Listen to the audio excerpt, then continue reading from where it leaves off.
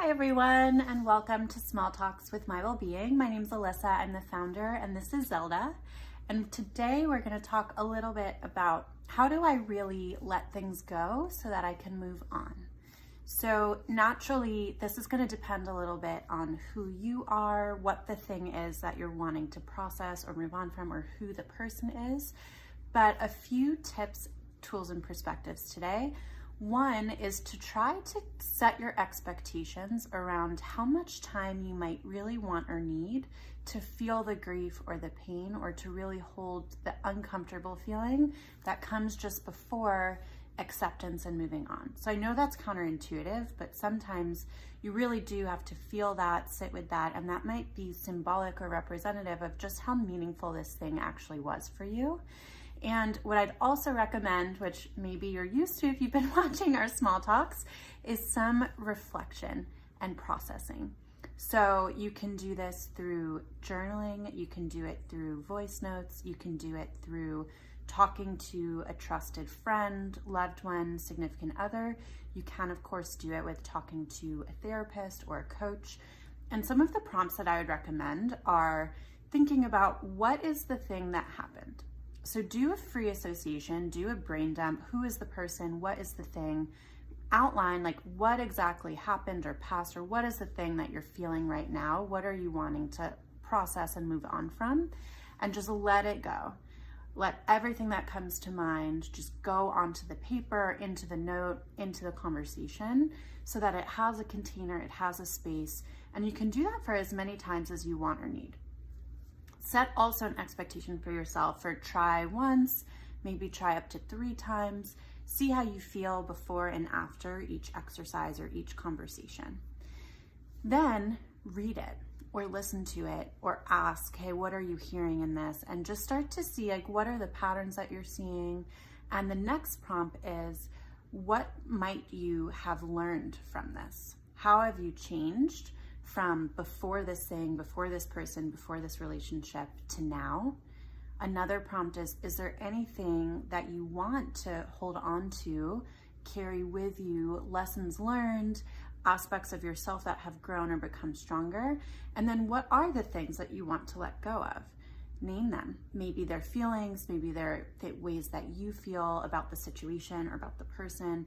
Maybe it's things that you've done or ways you've made other people feel. Maybe it's the way the environment has changed or evolved around you. So really naming and tagging in the same, whether it's a journal, Google Doc, voice note, in the conversation, what are the things that you're hoping to let go of? And start in the next prompt to visualize what might it look like or feel like or sound like when you have accepted and moved on. So what do you look like or sound like or present like, or what are your relationships like? What are your engagements like, your work life, your personal life, when you have moved on from this event or person or thing? And really start to flesh that out. Put some bullet points, write full narrative, full paragraphs, full sentences, talk free association.